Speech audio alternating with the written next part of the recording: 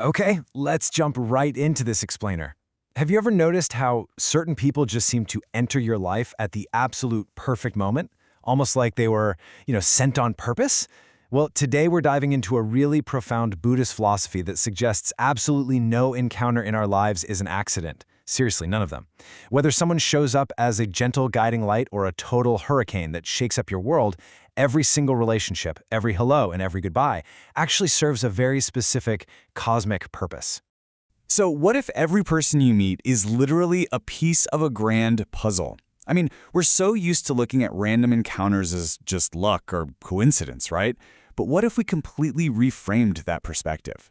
What if there are these hidden forces at play, unseen threads connecting you to every single person you cross paths with, shaping your journey in ways you can't quite see just yet?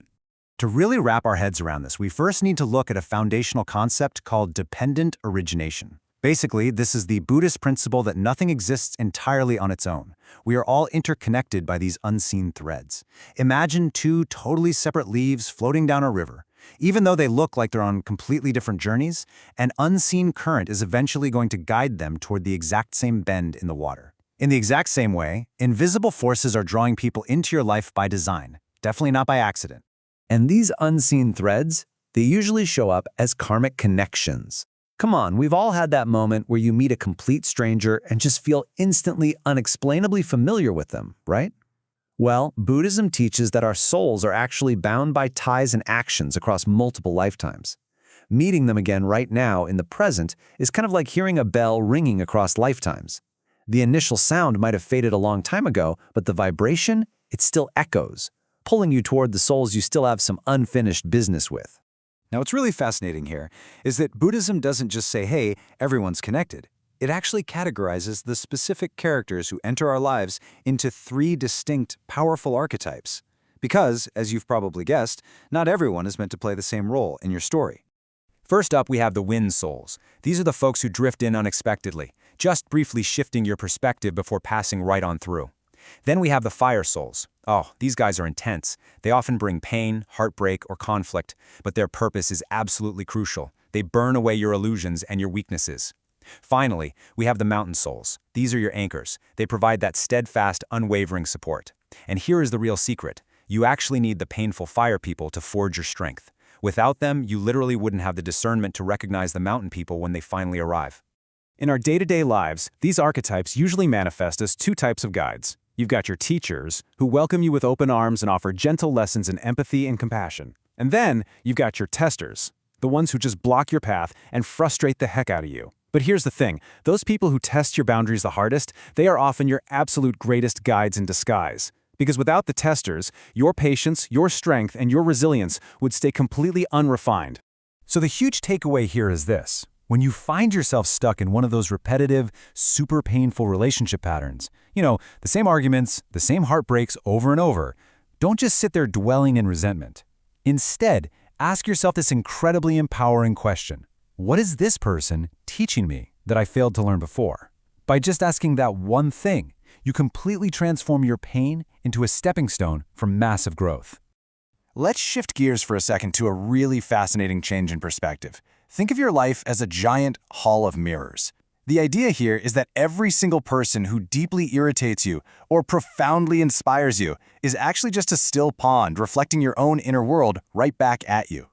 Just think about the people in your life right now. That super arrogant coworker? Yeah, they might actually be mirroring your own hidden insecurities. That needy friend, reflecting your secret craving for validation.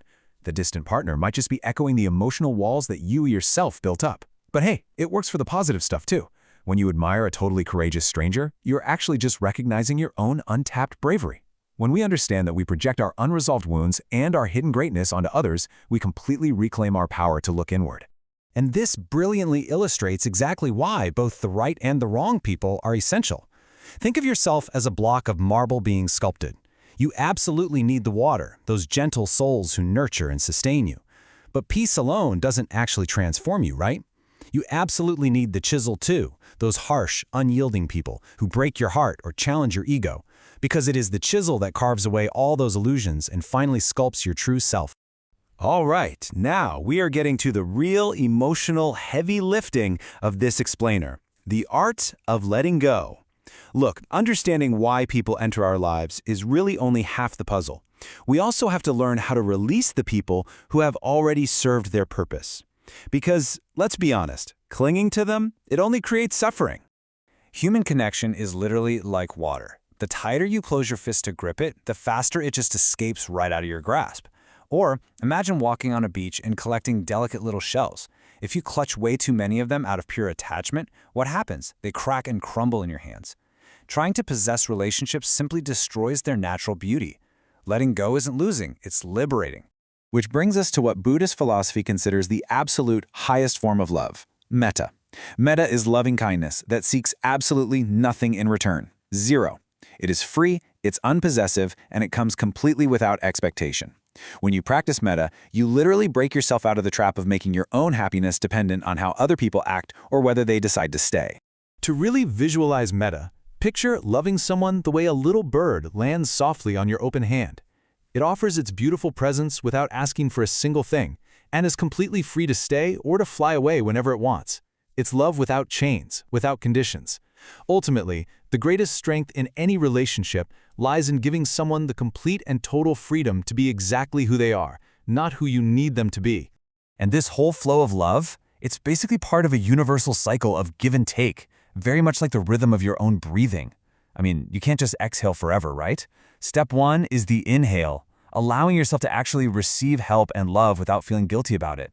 And step two is the exhale, giving your kindness and your wisdom entirely without expectation.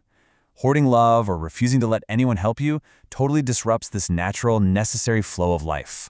And that breathing metaphor ties perfectly into the concept of dana. Dana is the Buddhist act of purely selfless generosity. When you give freely, without keeping score of who owes who, you're participating in this massive universal cycle of abundance. Giving with strings attached? That just leaves you exhausted. But dana transforms your whole mindset from scarcity into boundless abundance. It leaves you feeling lighter and never drained. So, as we pull all these amazing threads together, we arrive at this timeless truth. When the student is ready, the teacher appears. The universe doesn't just force wisdom down our throats, it waits patiently at a locked door. The teacher was actually always standing right there, but they only reveal themselves the exact second you are truly ready to knock. And keep in mind, these teachers don't always look the way you'd expect. Sure, it might be a traditional mentor offering gentle guidance, but actually, it could be a harsh challenger forcing you out of your comfort zone. Or maybe it's just a profound book that suddenly speaks directly to your soul. Oftentimes, it's a super painful heartbreak that ends up being the exact catalyst needed to wake up your inner resilience and finally make you ready to learn. Which brings us to our final, kind of mind-bending thought. We've spent all this time talking about the souls you meet, but let's flip the narrative completely for a second. You are also a crucial piece in someone else's grand cosmic puzzle. Your presence, your kindness, or even you setting firm boundaries might be the exact lesson that someone else is desperately waiting for. So, I'm going to leave you with this. Who are you meant to be a teacher for today? Thank you so much for exploring this with me, and definitely keep paying close attention to all those beautiful, purposeful connections around you.